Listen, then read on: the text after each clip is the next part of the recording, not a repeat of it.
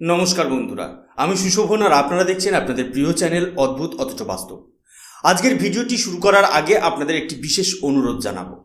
এই পুরো বিষয়টি নিয়ে আমি যে গভীর রিসার্চ করেছি তার প্রতিটি সোর্স এবং নির্ভরযোগ্য নিউজ আর্টিকেলগুলোর লিঙ্ক আমি আপনাদের সুবিধার জন্য এই ভিডিওর ডেসক্রিপশন বক্সে দিয়ে দিয়েছি।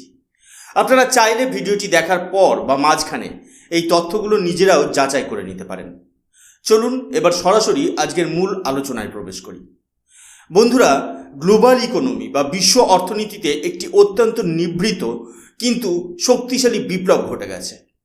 আমরা যে সময়ে দাঁড়িয়ে কথা বলছি ঠিক সেই সময় ভারত তার বৈদেশিক আর্থিক নীতিতে এমন এক পরিবর্তন এনেছে যা আমেরিকার মতো সুপার পাওয়ারকেও চিন্তায় ফেলে দিয়েছে। কল্পনা করতে পারেন, গত এক বছরে ভারত আমেরিকা থেকে তার বিনিয়োগের প্রায় 18 থেকে 19% প্রত্যাহার করে নিয়েছে। হ্যাঁ, ঠিকই শুনছেন। যেখানে পুরো বিশ্ব ডলারকে সবচেয়ে নিরাপদ আশ্রয় মনে করে, সেখানে ভারতের রিজার্ভ ব্যাংক বা আরবিআই অত্যন্ত আগ্রাসীভাবে ইউএস ট্রেজারি বন্ড ডাম্প করতে শুরু করেছে। কিন্তু সবচেয়ে বিস্ময়কর বিষয় হলো, আমেরিকার বন্ড বিক্রি করে দেওয়ার পরেও ভারতের বৈদেশিক মুদ্রার ভাণ্ডার বা ফরেক্স রিজার্ভ ইতিহাসের সমস্ত রেকর্ড ভেঙে আজ সর্বকালের সর্বোচ্চ শিখরে পৌঁছে গেছে। আজকের এই বিশেষ প্রতিবেদনে আমরা বিশ্লেষণ করব ভারতের এই সাহসিক পদক্ষেপের পেছনে আসল কারণ, বা কেন ভারত এখন ডলারের উপর নির্ভরতা কমিয়ে সোনার পাহাড় করছে। বন্ধুরা, এবার একটু গভীরে গিয়ে এই ডেটার ব্যবচ্ছেদ করা যাক।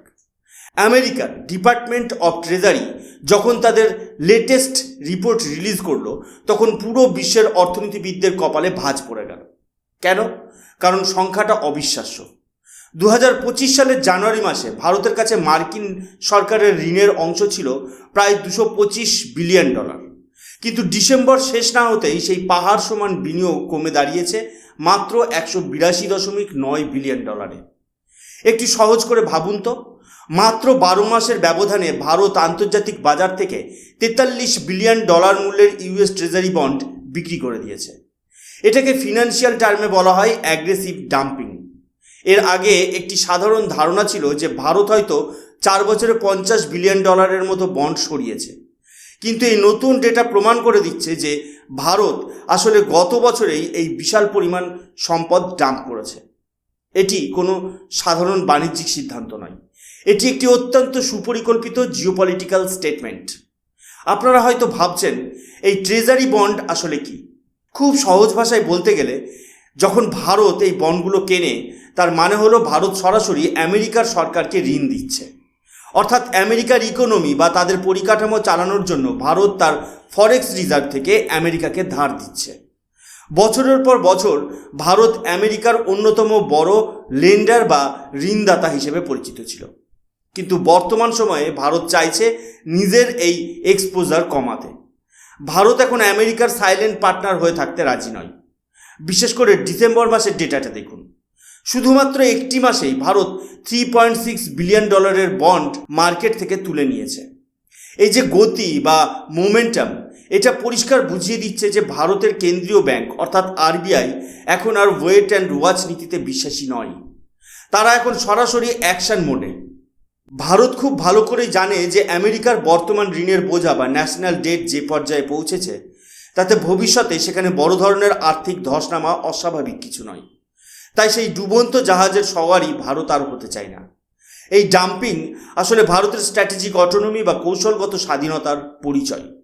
আমরা আমেরিকাকে এই বার্তা দিচ্ছি যে আমাদের ডলার প্রয়োজন ঠিকই, কিন্তু আমরা তোমাদের ঋণের জালে বা তোমাদের মুদ্রার আধিপত্যের উপর অন্ধভাবে নির্ভরশীল নই। যখনই আমেরিকা ভারতের স্বার্থে আঘাত হানার চেষ্টা করবে বা ট্যারিফ করবে, ভারতও নিজের আর্থিক শক্তি ব্যবহার করে পাল্টা জবাব দেওয়ার ক্ষমতা রাখে। এটি মূলত ভারতের তরফ থেকে একটি ফিনান্সিয়াল ডিরিস্কিং স্ট্র্যাটেজি, যা ভবিষ্যতে বিশ্ব রাজনীতিতে ভারতের অবস্থানকে আরও কয়েক ধাপ এগিয়ে নিয়ে যাবে। এবার আসা যাক সেই পয়েন্টে যা অনেক বড় বড় অর্থনীতিবিদকেও অবাক করে দিয়েছে। সাধারণ গণিত বলে যে যদি আপনি আপনার সঞ্চয় বা ইনভেস্টমেন্ট কমিয়ে দেন, তবে আপনার মোট সম্পদের পরিমাণও কমে যাওয়ার কথা। কিন্তু ভারতের ক্ষেত্রে হচ্ছে তার ঠিক উল্টো। একদিকে আমরা ইউএস বন্ড বিক্রি করছি, অর্থাৎ আমেরিকার প্রতি আমাদের এক্সপোজার কমিয়ে দিচ্ছি। অন্যদিকে আমাদের ফরেক্স রিজার্ভ বা বৈদেশিক মুদ্রার ভাণ্ডার অবিশ্বাস্য গতিতে বাড়ছে। আজ যখন আমরা এই বিশ্লেষণ করছি তখন ভারতের ফরেক্স রিজার্ভ 725.7 বিলিয়ন ডলারে পৌঁছে গেছে, যা একটি লাইফ টাইম হাই। ফেব্রুয়ারি মাসের 3 সপ্তাহের মধ্যে আমরা 3 বার আমাদের নিজেদের রেকর্ড ভেঙেছি। এখন প্রশ্ন উঠতে পারে, আমেরিকা থেকে টাকা তুলে নেওয়ার পরেও ভারতের হাতে এত ডলার বা সম্পদ আসছে কোথা থেকে? এই যে 92 বিলিয়ন ডলার এক বছরে বৃদ্ধি, এটা কি শুধুই ভাগ্যের জোরে? একদমই নয়। এর পেছনে রয়েছে ভারতের রিজার্ভ ব্যাংকের এক অত্যন্ত সুচারু ডাইভার্সিফিকেশন স্ট্র্যাটেজি। আরবিআই এখন এক জায়গায় সব ডিম না রেখে আলাদা আলাদা ঝুড়িতে সম্পদ সাজাতে শুরু করেছে। ভারত বুঝতে পেরেছে যে গ্লোবাল ফিনান্সিয়াল মার্কেট অস্থিরতা আসছে, আর সেই অস্থিরতা থেকে বাঁচতে গেলে ডলারের মোহের বাইরে বেরোতেই হবে। এই যে ফরেক্স রিজার্ভের রেকর্ড হাই, এটি ভারতকে গ্লোবাল স্টেজে একটি শক্তিশালী অবস্থানে বসিয়ে দিয়েছে। আজ ভারতের কাছে যা অর্থ আছে তা দিয়ে ভারত অনায়াসেই 9 বছরেরও বেশি সময়ে আমদানি খরচ মেটাতে পারে এবং যে কোনো ধরনের বৈশ্বিক আর্থিক সংকট মোকাবেলা করতে সক্ষম। এখন আমাদের একটু পেছনের দিকে তাকাতে হবে যে ভারত কেন হঠাৎ এই পথে হাঁটা শুরু করলো। ইতিহাস আমাদের শেখায় যে আমেরিকা তার মুদ্রা বা ডলারকে অনেক সময় যুদ্ধের অস্ত্র হিসেবে ব্যবহার করে। এর সবচেয়ে বড় উদাহরণ হলো 2022 সালে শুরু হওয়া রাশিয়া ইউক্রেন যুদ্ধ। এই যুদ্ধের পর আমেরিকা এবং পশ্চিমা দেশগুলো রাশিয়ার প্রায় 300 বিলিয়ন ডলারের ফরেক্স রিজার্ভ রাতারাতি ফ্রিজ করে দিয়েছে। রাশিয়া সেই টাকা আর ব্যবহার করতে পারেনি। ভারতের মতো একটি স্বাধীনচেতা দেশ এই ঘটনা থেকে অত্যন্ত গুরুত্বপূর্ণ একটি শিক্ষা নিয়েছে। ভারত বুঝতে পেরেছে যে যদি কোনো কারণে ভবিষ্যতে ভারতের সাথে পশ্চিমা বিশ্বের কোনো নীতিগত বিরোধ তৈরি হয় বা কোনো সংঘাতের পরিস্থিতি আসে, তবে আমেরিকা ভারতের জমিয়ে রাখা টাকাও একইভাবে আটকে দিতে পারে। এই ঝুঁকি বা রিস্ক ভারত আর নিতে চাইছে না। তাই ভারত এখন এমন এক ফিনান্সিয়াল প্রোটেকশন তৈরি করতে চাইছে যেখানে আমাদের সম্পদ অন্য কারোর নিয়ন্ত্রণে থাকবে না। একেই বলা হয় ফিনান্সিয়াল ইন্ডিপেন্ডেন্স। এছাড়া সাম্প্রতিক সময়ে আমেরিকার অভ্যন্তরে তৈরি হওয়া মুদ্রাস্ফীতি বা ইনফ্লেশন এবং সেখানকার ঋণের পাহাড় বা ডেট ক্রাইসিস আমেরিকার ইকোনমির ভবিষ্যৎ নিয়ে প্রশ্ন তুলে দিয়েছে।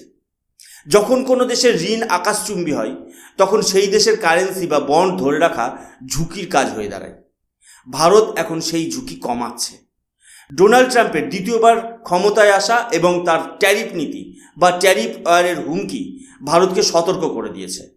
আমেরিকা যদি ভারতীয় পণ্যের উপর শুল্ক বাড়ায় তবে ভারতকেও নিজের মুদ্রাকে রক্ষা করার জন্য প্রস্তুতি নিতে হবে। আর সেই প্রস্তুতিরই অঙ্গ হলো এই বন্ড ডাম্পিং। তাহলে আমেরিকা থেকে টাকা সরিয়ে নিয়ে আরবিআই সেই টাকা দিয়ে করছে কি? এখানেই শুরু হচ্ছে আসল খেলা।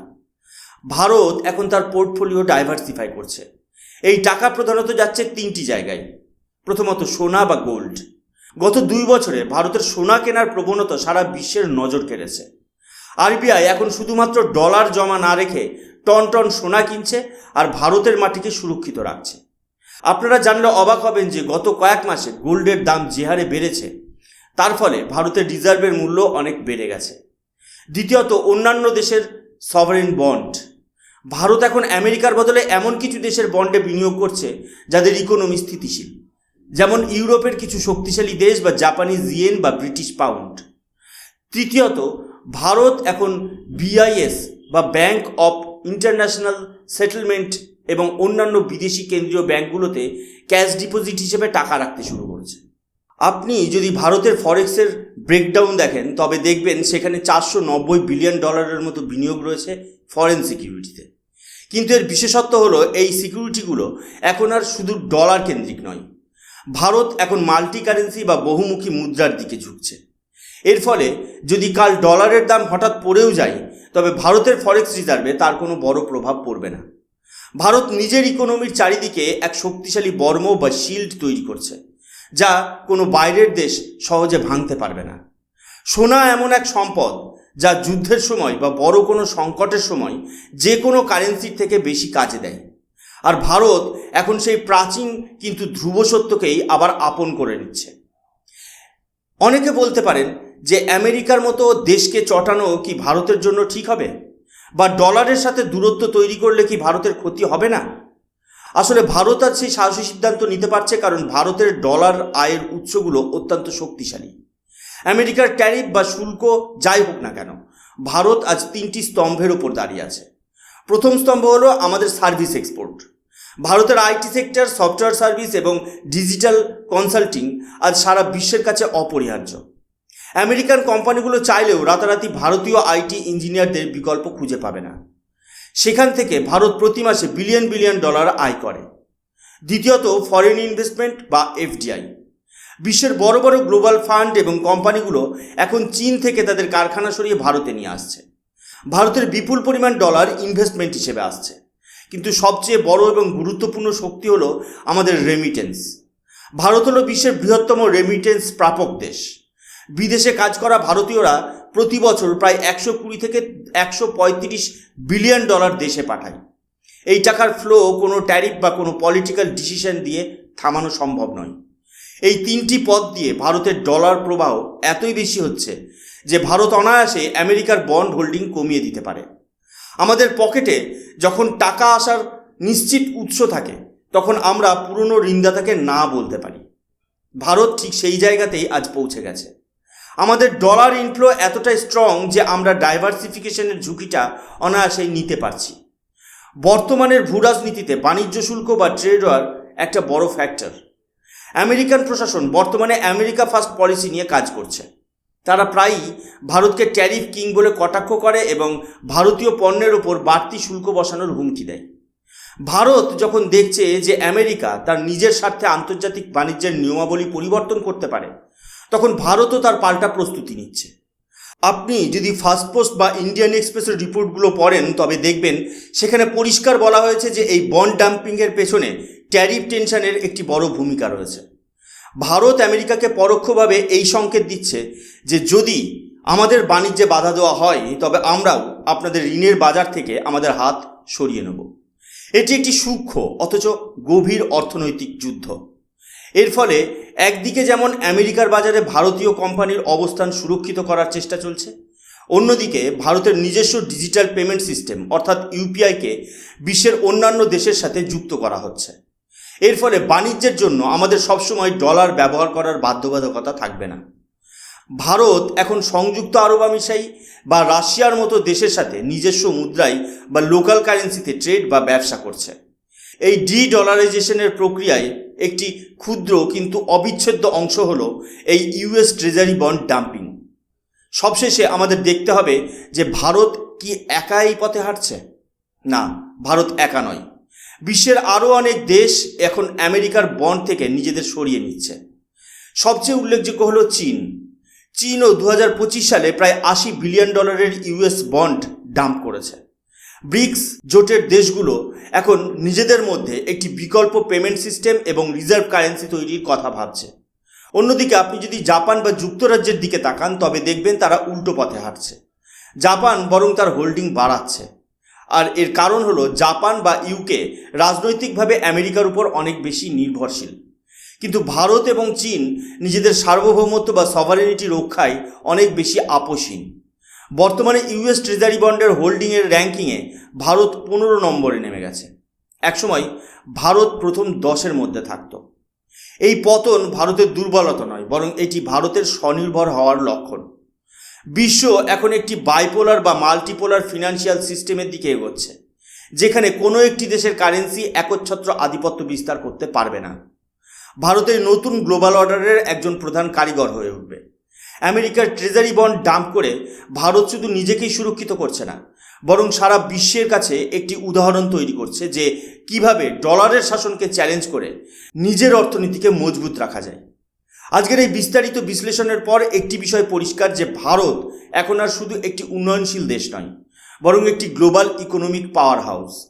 আমরা যখন আমাদের ইউএস ট্রেজারি বন্ড ডাম্প করি এবং একই সাথে আমাদের ফরেক্স রিজার্ভকে শিখরে নিয়ে যাই, তখন সেটি ভারতের অসাধারণ ফিনান্সিয়াল ম্যানেজমেন্টের প্রমাণ দেয়।